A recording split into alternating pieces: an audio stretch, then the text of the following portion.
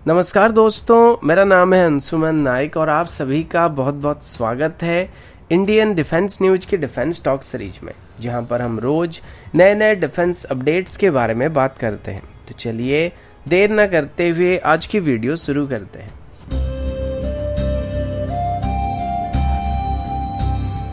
आज की पहली अपडेट तेजस को लेकर और ईडी की तरफ से इशू किए गए कुछ रिपोर्ट के मुताबिक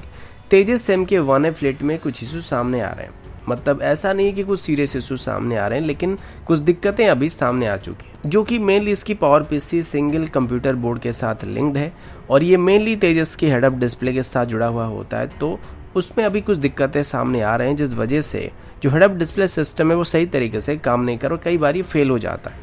तो अभी एडीए की तरफ से एक फ्रेश टेंडर को फ्लोट किया गया था, जिसमें इस पुराने सिंगल बोर्ड कंप्यूटर सिस्टम को एक नए सिस्टम के साथ रिप्लेस किया जाएगा। इसके फेल होने की एक मेजर कारण ये भी है कि जो सिंगल बोर्ड कंप्यूटर है अभी तेजस में लगाए जा रहे हैं, ये काफ़ी पुराने हो चुके हैं और ये लगभग 20 साल पुराने सिस्टम है। और इनिशियली जब तेजस के डिज़ाइन को शुरू किया गया था तो ये तब की टेक्नोलॉजी थी, जो कि मे बी अभी के टेक्नोलॉजी के साथ मैच नहीं कर पा रहा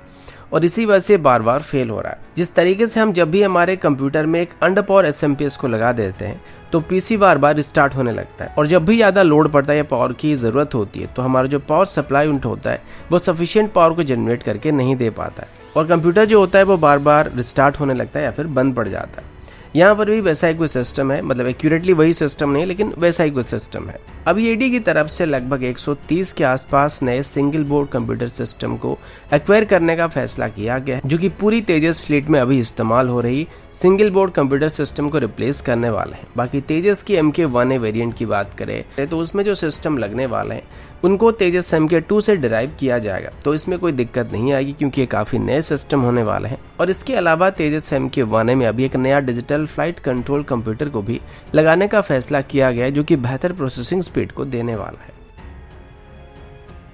अगला update Akash surface to air missile system को लेके है। कल भारत की तरफ से उड़ीसा तट से एक बार फिर से आकाश मिसाइल का एक और सफल परीक्षण को किया गया था। DRDO की तरफ से बताया गया कि यह आकाश मिसाइल की एक नई वेरिएंट है जिसको आकाश प्राइम कहा जा रहा है और अभी जो टेस्ट किया गया था इस दौरान एक सुपरसोनिक UAV को डिस्ट्रॉय करने के लिए इसको यूज किया गया था, यानी कि टारगेट के तौर पर एक सुपरसोनिक UAV को वहां पे प्लेस किया गया था। वैसे मेरे हिसाब से इसको खराब वेदर कंडीशन में टेस्ट किया जा रहा था क्योंकि उड़ीसा में अभी वेदर काफी खराब चल रहा है। वैसे आकाश मिसाइल की बात करें तो अभी इसकी काफी सारे वेरिएंट बनाए जा चुके हैं, जैसे कि आकाश MK-1, आकाश NG, आकाश 1S। तो इसको लेके लोगों को काफी सारा डाउट रहता है और हाल ही में जिस आकाश मिसाइल को टेस्ट किया गया था उसको आकाश प्राइम कहा जा रहा है। इसके अंदर अभी मेनली एक नई RF सीकर को इंट्रोड्यूस किया गया है, जो कि बेहतर एक्यूरेसी के साथ टारगेट को ट्रैक कर पाएगा और इस मिसाइल को अभी लो टेम्परेचर और हाई अल्टीट्यूड में यूज करने के लिए डिजाइन किया गया है। तो मे भी इसको यहाँ पे मेनली चाइना को ध्यान में रखकर डेवलप किया जा रहा है ताकि आगे चल के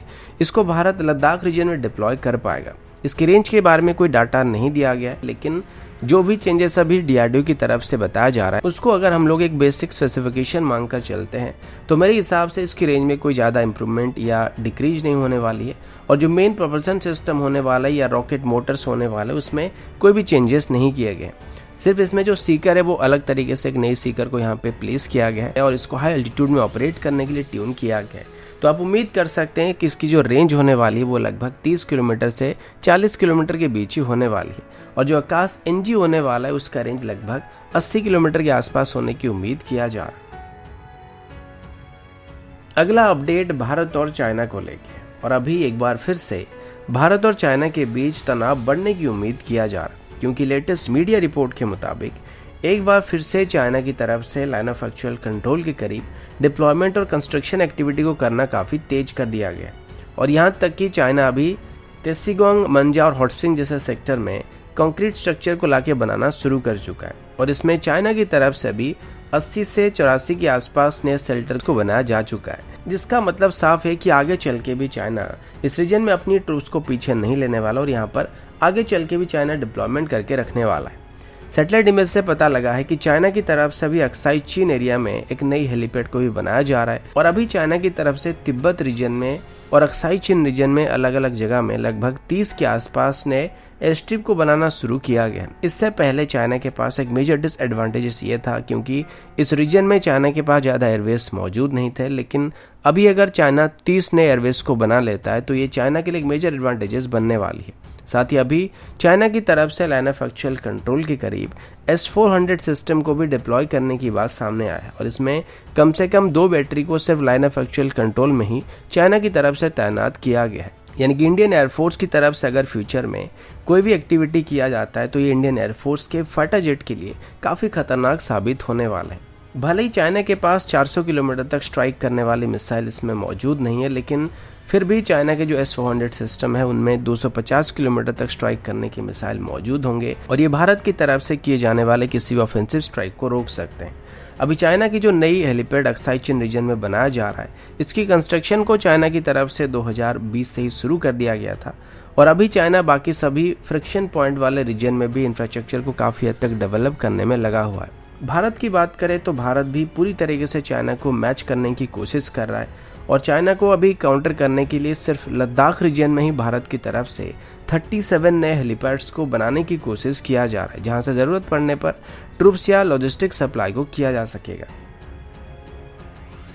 अगला अपडेट S-500 सिस्टम को लेके। आप सभी जानते हैं कि ये S-400 सिस्टम का एक और भी बेहतर वेरिएंट है या उसका एक नेक्स्ट जनरेशन सक्सेसर है जो कि लोअर अर्थ ऑर्बिट में घूमने वाला सैटेलाइट तक को भी मार के गिरा सकता है। इसकी रेंज 600 किलोमीटर तक है और सबसे बड़ी बात यह कि इसका रिस्पॉन्स टाइम S-400 सिस्टम के मुकाबले लगभग आधा है। ये वो टाइम होता है जिसके अंदर S-400 सिस्टम या कोई भी एयर डिफेंस सिस्टम अपने टारगेट को डिटेक्ट करता है, ट्रैक करता है और उसके बाद उसके साथ एंगेज होता है, यानी कि इंटरसेप्टर मिसाइल को लॉन्च करता है। S-400 सिस्टम के लिए जो रिस्पॉन्स टाइम है वो लगभग 8 से 10 सेकेंड का होता है, जबकि S-500 सिस्टम की जो रिस्पॉन्स टाइम होने वाली है वो 3 से 5 सेकंड के बीच होने वाली है, जो कि किसी भी इनकमिंग मिसाइल के इंटरसेप्शन की जो चांसेस होने वाली है उसको लगभग 2 गुना तक बेहतर करने वाला है। अब आप लोग बोल सकते हैं कि 3 से 4 सेकंड में क्या फ़र्क पड़ने वाला है, लेकिन जो मिसाइल्स होते हैं या फाइटर जेट्स होते हैं वो 3 से 4 सेकंड के अंदर ही काफ़ी दूरी की डिस्टेंस को कवर कर जाते हैं। अब S-500 सिस्टम को शायद इसी साल के अंत तक या अगले साल की शुरुआत में रशिया अपनी फोर्सेस में शामिल करना शुरू करने वाला है, पर पिछले 1 महीनों से रशिया की डिफेंस मिनिस्ट्री की तरफ से 2 बार सेम तरीके का स्टेटमेंट दिया जा चुका है कि अगर कोई फॉरेन कंट्री S-500 सिस्टम का एक्सपोर्ट कस्टमर बनने वाला है तो वो भारत होने वाला है और रशिया सबसे पहले भारत को S-500 सिस्टम को ऑफर करने वाला है। S-400 सिस्टम की बात करें तो चाइना ने भारत से पहले इसको हासिल कर लिया था और अभी वो S-400 सिस्टम को भारत के खिलाफ भी तैनात कर रहा है, लेकिन रशिया के डिप्टी पीएम के मुताबिक जैसे ही रशिया अपनी नीड को पूरा कर लेगा, यानी कि सफिशिएंट मात्रा में S-500 सिस्टम को रशिया अपनी फोर्स में शामिल कर लेगा, तो उसके बाद इसको एक्सपोर्ट करने के लिए एक एक्सपोर्ट पासपोर्ट के लिए अप्लाई किया जाएगा और ये पूरी तरीके से रशियन प्रेसिडेंट के हाथ में रहेगा कि वो इसको आगे चल के किस देश को एक्सपोर्ट करना चाहते हैं या फिर नहीं करना चाहते हैं। और इस लिस्ट में अभी भारत पहले नंबर पे मौजूद है।